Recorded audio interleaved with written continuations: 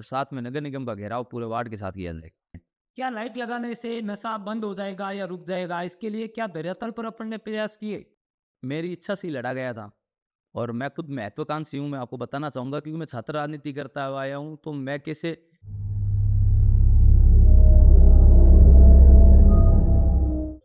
नमस्कार, पार्षदों के हिसाब किताब को लेकर राजस्थान फर्स्ट न्यूज़ पहुंचा है आज वार्ड 71 में।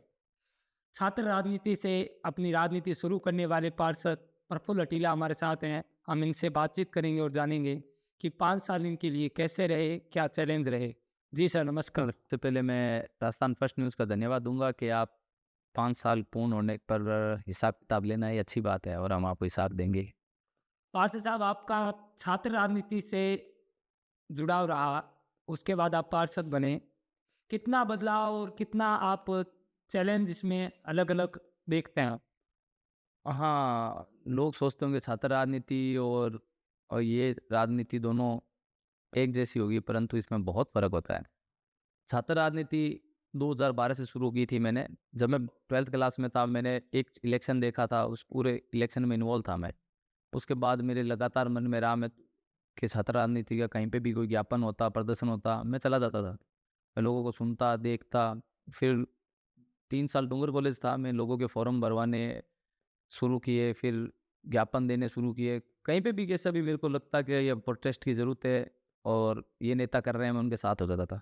उसके बाद जसूसर गेट, नेहरू शारदा पीठ में मेरा लंबा समय रहा छात्र राजनीति का, बेसिक कॉलेज में रहा। मैं महाराजा गंगा सिंह विश्वविद्यालय से खुद 2017 से प्रत्याशी रहा। तो छात्र राजनीति में एक लंबा सफ़र करने के बाद वहाँ ऐसा महसूस हुआ कि छात्र राजनीति में स्वार्थ नहीं होता। वहाँ आपको स्वार्थ के बदले कुछ मिलेगा भी नहीं, ये भी होता है कि आप स्वार्थ रखो और वहाँ कुछ मिल जाए। वहाँ पे ऐसा है कि कॉम्पिटिशन होता होगा तो कोई छोटे-मोटे पद का होगा, उसके अलावा कोई कॉम्पिटिशन नहीं होता। तो छात्र राजनीति बहुत साफ मन से होती है। मैं सभी छात्रों के हर प्लेटफ़ॉर्म के लिए कहना चाहूँगा। परंतु यहाँ आने के बाद हमें मतलबी, घमंडी, एरोगेंट या फिर लालची और भी तरह के दबाव, मनोबल, सब तरह का चीज़ देखने को मिलता है और बहुत बड़ा टास्क रहता है इस राजनीति के अंदर। आपको जब पार्षद का टिकट मिला तो आपके सामने बड़े नेता के परिवार से उम्मीदवार मिला। कितना चैलेंज रहा आपके लिए? केंद्रीय मंत्री के रिश्तेदार जो आपके सामने थे। मेरे हिसाब से चैलेंजिंग तो कम था, जब जितना बड़ा चेहरा हो गया, तो चुनाव लड़ने का मज़ा भी उतना ही बड़ा है। जब मैं मेरे को चुनाव जब मैं 2017 में महाराजा गंगा से विश्वविद्यालय का लड़ा था, तो उसमें क्षेत्र भी इतना बड़ा था, पूरा संभाग लगता था। तो हमने जोधपुर से भी वोटर बुलाए थे, राजगढ़ से बुलाए थे, गंगानगर से, तो उसके सामने ये टास्क अलग हो गया पूरा।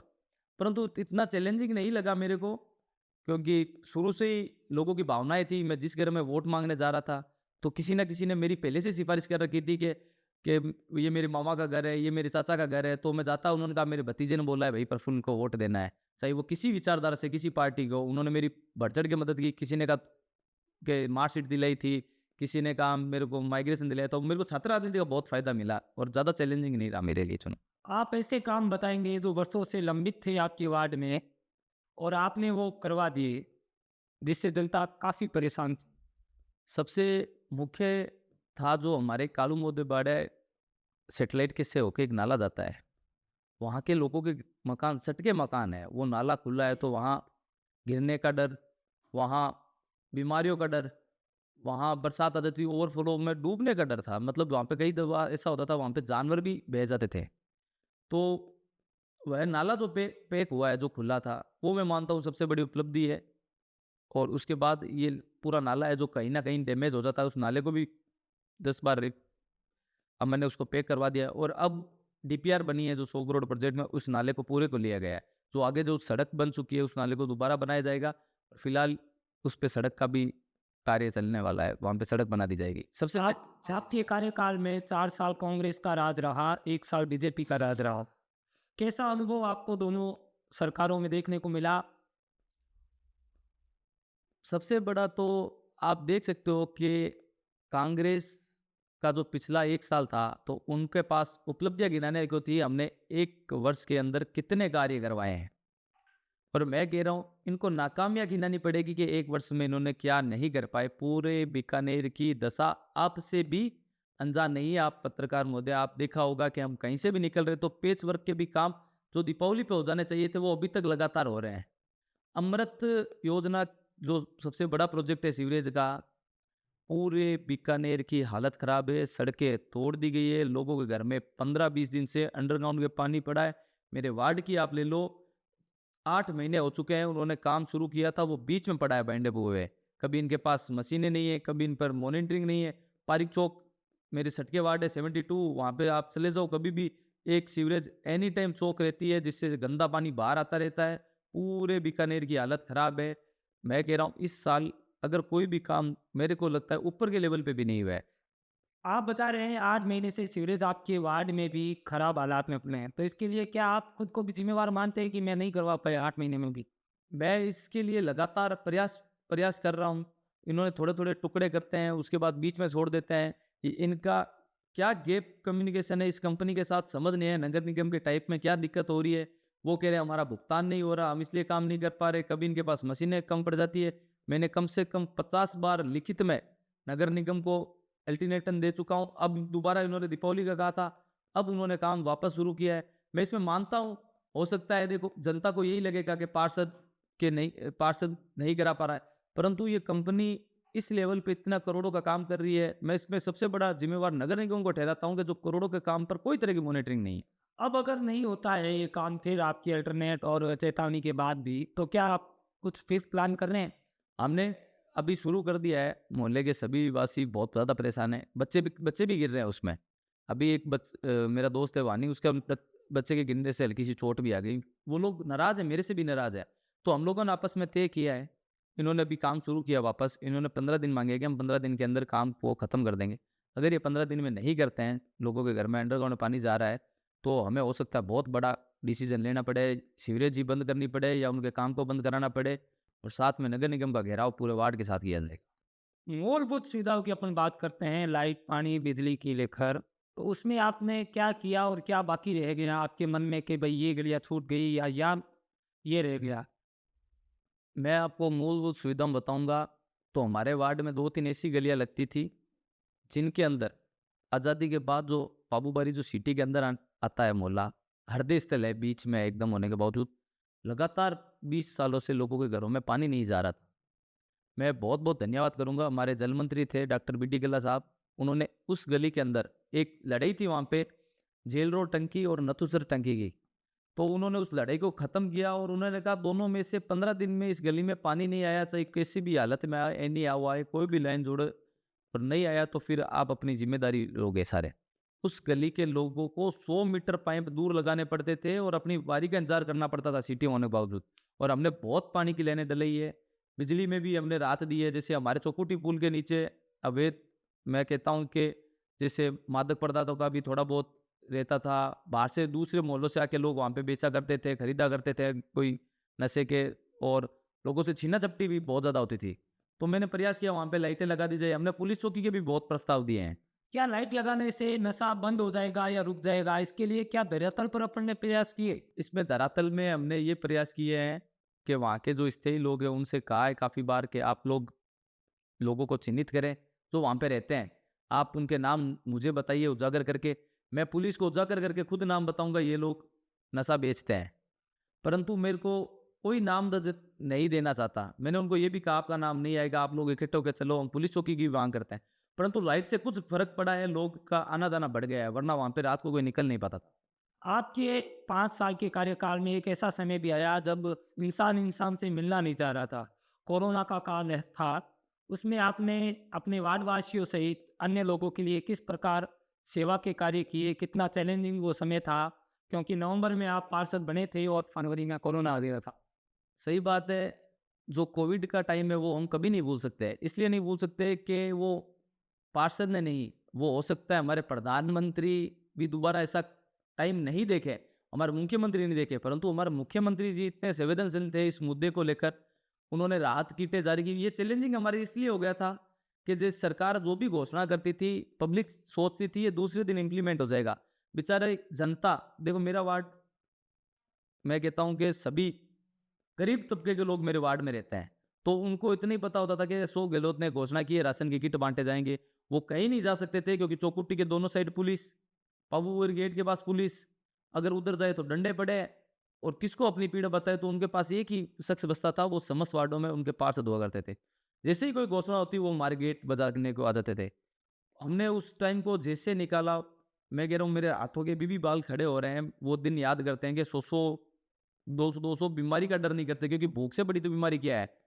उनको वो खाना नहीं खाएँगे, उनको ये लगता था कि ये राशन की किट हमें नहीं मिले, तो हो सकता है आगे मिले भी नहीं, कब तक ये लॉकडाउन रहे? उनके भी मन में बहुत भय था, तो वो हमारे घर पे रहते थे हुजूम, उनका डर, पीड़ा, गुस्सा भी हम पर होता था।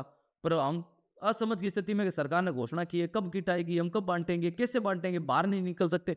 इतना चैलेंजिंग रहा, मास्क बाँटने, ग्लव्स बाँटने, उल्टा घरवाले हमें भी कहते तुम भी बच के रहो। तो अब हम कैसे बच के रहे? जनता ने हमें वोट दिया है, हम चुन चुके हैं और चैलेंजिंग।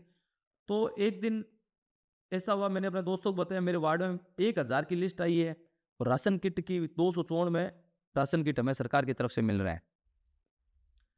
तो मैं बहुत हताश था। मेरे साथियों ने दीपक, अक्की ऐसे 4-5 मेरे साथी थे, और भी मेरे साथी थे, मैं सबके नाम लूँ तो देवेंद्र, नौरंग, और इन्होंने हाथों-हाथ एक व्हाट्सएप पे ग्रुप बनाया और अपने साथ वालों को ज़्यादा से ज़्यादा जोड़ा। मैं सबके नाम नहीं ले पाऊँगा, उन्होंने कम से कम 100 लोगों को जोड़ा होगा, जिन्होंने किसी ने 2 क्विंटल आटा, राशन, किट।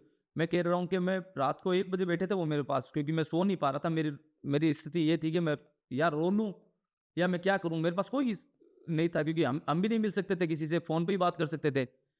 फिर उन्होंने कलेक्शन शुरू किया, फिर हमने पार्षद वाली आईडी लगा के हम गाड़ी में घूमे। हम लोगों ने कम से कम 1700 किटें, सरकार के अलावा पर्सनल व्यक्तिगत 1700 किटें का निर्माण करके हमने पूरे वार्ड में डिस्ट्रीब्यूट की और पास के वार्डों में भी हमने देने का प्रयास किया। आपके 5 साल के कार्यकाल में कभी ऐसा मौका आया जब आपको लगा कि पार्षद का चुनाव मेरे को नहीं लड़ना था या ये मेरे लायक नहीं है? ऐसा टाइम तो कभी नहीं आया, क्योंकि ये मेरी इच्छा से ही लड़ा गया था और मैं खुद महत्वाकांक्षी हूँ, मैं आपको बताना चाहूँगा, क्योंकि मैं छात्र राजनीति करता हुआ आया हूँ, तो मैं कैसे इस पद को जा। हाँ, एक वक़्त ऐसा आया कि मेरे को लगा मैं लाचार हूँ, ये गरीब जनता ये रो रही है, ये बीमारी के अंदर मैं कुछ नहीं कर पा रहा। एक वक़्त ऐसा आया कि मेरे को लगा मेरे हाथ कट चुके हैं, मैं लोगों की कैसे मदद करूँ? परंतु वो मेरे साथियों ने मेरे को मोटिवेट किया और मैं कह रहा हूँ कि अगर मेरा कोई साथी टैक्सी भी चला रहा था, उसने ₹100 भी दिए हैं, तो उसने दिए हैं। महापौर और आयुक्त का विवाद लंबे समय तक चलता रहा। उसका कितना खामियाजा पार्षदों को और जनता को भुगतना पड़ा? उसका खामियाजा हमें बहुत भुगतना पड़ा। मैं ये सच्ची बताना चाहूँगा, जो निर्माण कार्य हुए हैं बीकानेर में, वो वार्डों के अंदर हुए हैं। ये बात मानता हूँ मैं। हो सकता है किसी पार्षद ने धरना प्रदर्शन लगाए हो सकता है किसी ने सरकार के रहते लगे हो सकता है किसी ने महापौर के दबाव में लगे हो, परंतु जो विकास बीकानेर में दिखने चाहिए थे, जो सबसे बड़ा नगर निगम का मुद्दा रहता है सफाई का, मैं कहूँगा वो सफाई आज भी ज़ीरो है। सफाई इसके लिए किसको जिम्मेवार मानते हैं? बिल्कुल 100% इसमें महापौर को पूरा ज़िम्मेदार मानता हूँ, क्योंकि उन्होंने ना एक भी मीटिंग मीटिंग करवाने की कोशिश की कि मीटिंग हो, और ना ही कोई ऐसा प्रयास किया कि सफाई के लिए कुछ अच्छा हो सके। इन्होंने 100-100 लोगों के टेंडर किए, परंतु वो 100 लोग मेन रोडें साफ करते करते थे, पर वो कभी दिखने में नहीं आया कि बीकानेर में सफाई हो रही है। इतना करोड़ों का काम आज तक इतिहास में नहीं हुआ, जितना नगर निगम ने इस बार करोड़ों का काम किया है। हाँ, महापौर ने ये निसंदेह ऐसा है कि कामों के बीच में रोकने की कोशिश नहीं की, इनके काम क्यों लगे, नहीं लगे। परंतु उनके खुद के व्यक्तिगत ऐसे प्रयास नहीं थे कि काम लगने चाहिए, ज़्यादा से ज़्यादा काम लगने चाहिए। ये साधारण सभा नहीं हुई 5 साल में, इसके लिए कांग्रेसी पार्षदों ने कुछ प्रयास किए।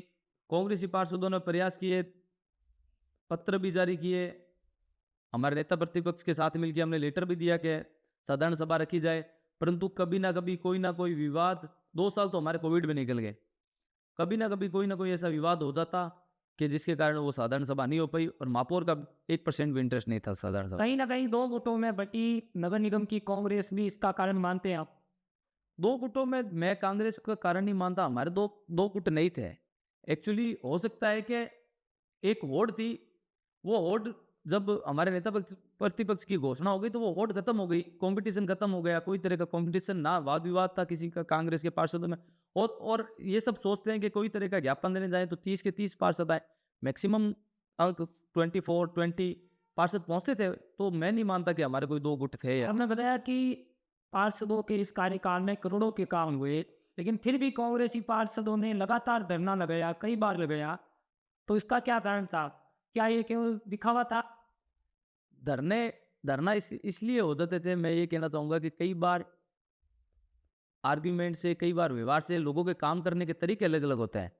कईयों का तरीका होता है एग्रेसिव से काम कराने का, तो मैं ये चाहूँगा कि ये नेचर वाइज़ होता है। जैसे हम मेरा तरीका अलग मानता हूँ मैं ओबलाइज़ करके, कन्विंस करके मैंने वार्ड में 2 करोड़ 51 लाख के सिर्फ़ नगर निगम से काम करवाए और वो मेरे वार्ड में दिखते हैं। हो सकता है कोई एक आधा गली, देखो सारे काम तो सभी को पसंद नहीं कर सकते हम, हो सकता है एक आधी गली छूट जाए, हो सकता है हमें कि कोई नाराज भी हो, सभी को संतुष्ट नहीं कर सकते, परंतु बहुत प्रयास किए हैं, सबके अलग अलग तरीके होते हैं काम कराने के, वो हो सकता है उनका काम कराने का तरीका हो। कैसी भी परिस्थिति रहे, आने वाले चुनाव में प्रफुल्ल हटीला फिर से चुनाव लड़ेंगे, क्या कहेंगे? प्रफुल्ल हटीला पार्टी से अपने काम के बेस पे कहेंगे टिकट दो, और जनता चाहेगी कि जनता जाके, मैं ये चाहूंगा इस बार के, अगर मैंने व्यक्तिगत लोगों के काम किए हैं तो जनता जाके पार्टी से कहे कि प्रफुल्ल हटीला को टिकट दो और हम इन्हें पार्षद बना के भेजेंगे। नशा आपके क्षेत्र में खूब बिकता है और आज से नहीं वर्षों से बिक रहा है। कई बार बड़ी कार्रवाई भी हुई है। क्या कहेंगे आप इसको लेकर? क्या आपने प्रयास किए इसको रोकने के लिए? हमने इसको रोकने के लिए, मैंने आपको बताया, जैसे चौकुटी फ्लाईओवर के नीचे जैसे पहले लाइटें नहीं थी, आज आप जाओगे तो वहाँ पे चकाचौंध रहेगा, और उसके लिए हमने पुलिस को भी काफ़ी बार नाम दिया। आप जो बड़ी कार्रवाई बता रहे हो सकता है वो हमारे मार्फत ही हो। आज मैं ये खुलासा, आप पत्रकार हो, आपने बात निकलवा ली, हो सकता है हमने भी नाम दिए हों, उसकी वजह से हुई हो। और आगे भी हम ये प्रयास कर रहे हैं कि हमारे जो चौकुटी पुल के पास एक गंदा कूड़ रहती है, वहाँ पे नगर निगम की जगह अगर एक पुलिस चौकी हो जाए तो मैं मानूंगा 100% अंकुश लग सकता है। चौखोटी पुल के पास कंजेस्टेड इलाका है, लगातार कई बार जाम होते हैं, कई बार एक्सीडेंट जैसे हालात हो जाते हैं। तो इसके लिए कोई प्रयास होने चाहिए आपकी तरफ से, जिला प्रशासन की तरफ से, आपने कुछ कहा हो? हाँ, हमने ये प्रयास किया है कि मेरे हिसाब से जब पुल बनता है तो इसके नॉर्म्स में होता है कि दोनों साइड में चौड़ी सड़कें होनी चाहिए। ये पुल बहुत संकरा भी है, तो इसमें यातायात पुलिस को थोड़ा-सा फिट करके, बड़े ज़्यादा वाहन हैं उनको डाइवर्ट करने का रास्ता हो तो मेरे हिसाब से जाम कम लगेगा, क्योंकि बीच में उधर उतरते ही फट बाज़ार आ जाता है, वो कंजेस्टेड एरिया है, और इधर उतरोगे तो सैटेलाइट हॉस्पिटल आ जाती है, तो लोगों का आवाजाही बहुत ज़्यादा है तो वहाँ पे ट्रैफिक लगता है। बीकानेर में नशा तेजी से पनप रहा है। आम जन से, युवाओं से आप क्या निवेदन करेंगे, क्या आह्वान करेंगे कि नशे पर रोकथाम लगे? मैं सभी युवाओं साथियों को ये कहूँगा, मैं इसलिए ये बात स्वपूर्णतः रूप से कह सकता हूँ कि मैं कोई तरह का नशा नहीं करता। मैं चाय भी नहीं पीता, तो मैं छाती पे पीट के बोल सकता हूँ मेरे युवा साथियों को कि मैं नशे बिना हर चीज़ कर रहा हूँ। मैं घूमने जा रहा हूँ तो बिना नशे करके जा सकता हूँ, मैं शादी में जा रहा हूँ तो बिना नशे, और मैं इस चीज़ की भी गारंटी देता हूँ कि आपसे 2 गुना ज़्यादा एन्जॉयमेंट हर शादी हो, चाहे हर फंक्शन हो, चाहे समर कैंप घूमना हो, आपसे ज़्यादा करता हूँ। तो मैं युवाओं को ये कहूँगा, अगर आप नशे में रहोगे तो आपकी याददाश्त भी कमज़ोर होगी, आप पढ़ाई भी आपसे नहीं हो पाएगी। तो मैं चाहूँगा कि आप नशे को जड़ से त्याग दें और अपने आप को इतना स्वस्थ महसूस करोगे और इतना प्राउडी महसूस करोगे, मैं इस चीज़ का घमंड है कि मैं कोई तरह का नशा नहीं करता, और मैं यही मैसेज देना चाहूँगा, आप भी कोई नशा नहीं करें, स्वस्थ रहें। जैसा कि आपने देखा कि हमने पार्षद प्रफुल्ल हटीला से हिसाब किताब को लेकर चर्चा की नगर निगम में 5 साल को लेकर वाद विवाद और कार्यों को लेकर। आगे भी जुड़े रहिए हमारे से, हम करेंगे पार्षदों से हिसाब किताब की बात। राजस्थान फर्स्ट न्यूज़ के लिए संजय स्वामी।